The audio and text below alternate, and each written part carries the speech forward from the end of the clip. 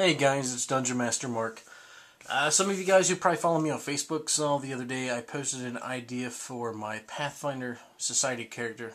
One of my characters I have that I use for the organized events is a Tiefling, depending on how you want to pronounce it. And he is a spellcaster. And I was lucky enough, I got chosen to GM one of the beginner box events at my local Pathfinder store. And one of the things they were giving away was some of the character certs, or the character boons, if you will, so you could play a Tiefling, which is kind of rare in the Pathfinder Society. You have to have a special boon to use that. So, like I said, I've been kind of debating what I want to do with this character.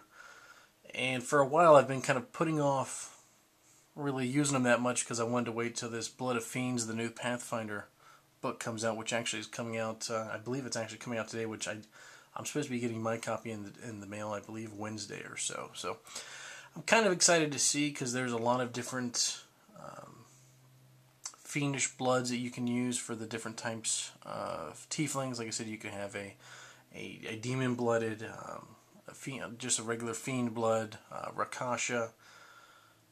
If you be like an Oni, like I said, all the different types of outsiders, they're going to have different racial abilities and different abilities depending on what your character's actual heritage is.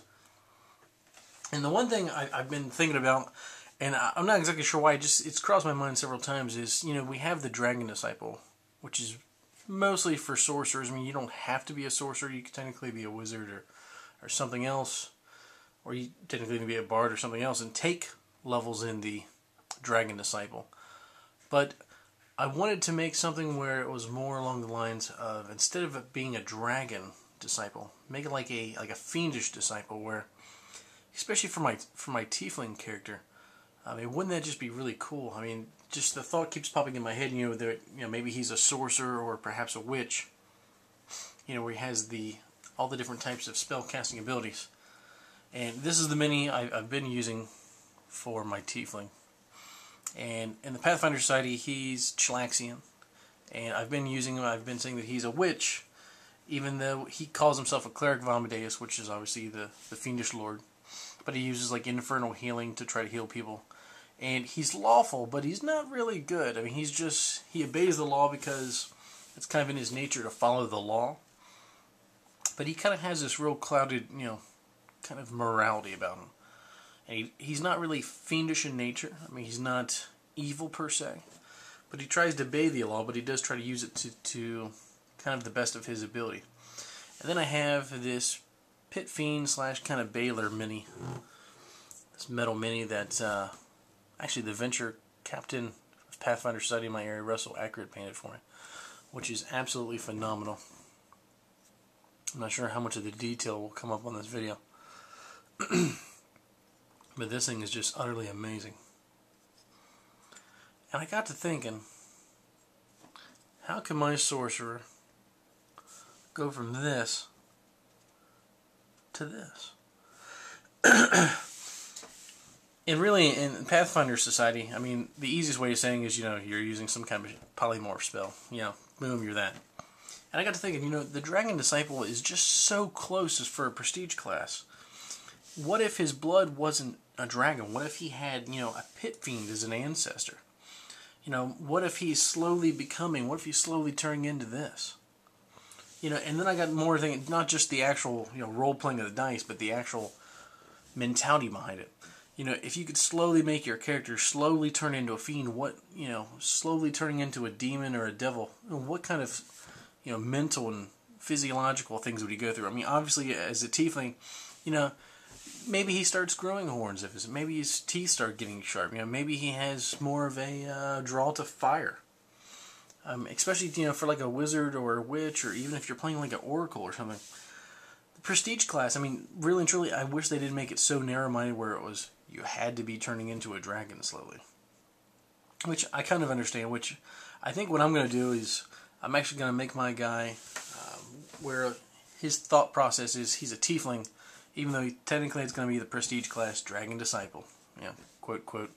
But he's basically slowly starting to turn into a fiend. It's going to slowly take over. Now, granted, eventually I think his level would, obviously he's going to cap out for the Pathfinder Society play. But I think the big draw is going to be eventually he'll have to turn evil. Maybe not completely evil. Maybe he'll hover around that lawful neutral until the very last moment, until he finally slips into lawful evil, and I kind of lose him. But the more I got to think of it, there's a lot of role-playing possibilities there. Maybe he starts having a lot quicker of a temper. Maybe he starts getting more agitated by the paladin in the party, when they wants to do goody two shoes. Maybe he turns a little bit more obsessive and wants to control people or manipulate people. And I think a lot of it, if you want to role play a character like that, especially if you want to really add depth to your character, you have to take a look at what their desires are. I mean, maybe he realizes that he's slowly turning into that. Maybe he doesn't even realize it. Maybe it's just one of those things where it's like he knows that it's his destiny to become something more powerful. I mean, maybe he knows it's happening. Maybe he's glad it's happening. And it's just one of those things, especially after I posted that on there, I was kind of thinking of it, and I have, I kind of have a little journal for like ideas for my role-playing group of things I want to go through, especially for my home campaign. And I got to think about how awesome of an, arch nemesis for your party could you get for something like that. Granted, at first level, maybe the guy's just a sorcerer or a witch or an oracle. But by the time your characters are high enough level, maybe he's already reached this point. I mean, maybe at that point, maybe he's already a fiend. Maybe he's wanting to become, an archduke in hell or something. But I just want to throw that idea out at you guys. If you guys have any other suggestions or hints, I mean, I know some of you guys have saw my post on Facebook and, posted quotes up there. But like I said, it's one of those ideas I wanted to share with all of you guys. For some reason, it was just an awesome idea that popped in my head, and it's something I've been kind of throwing around, but it's not really till I started playing with it on Hero Lab and kind of plugging it in. At high level, you can make a really, really nasty, fiendish disciple, dragon disciple.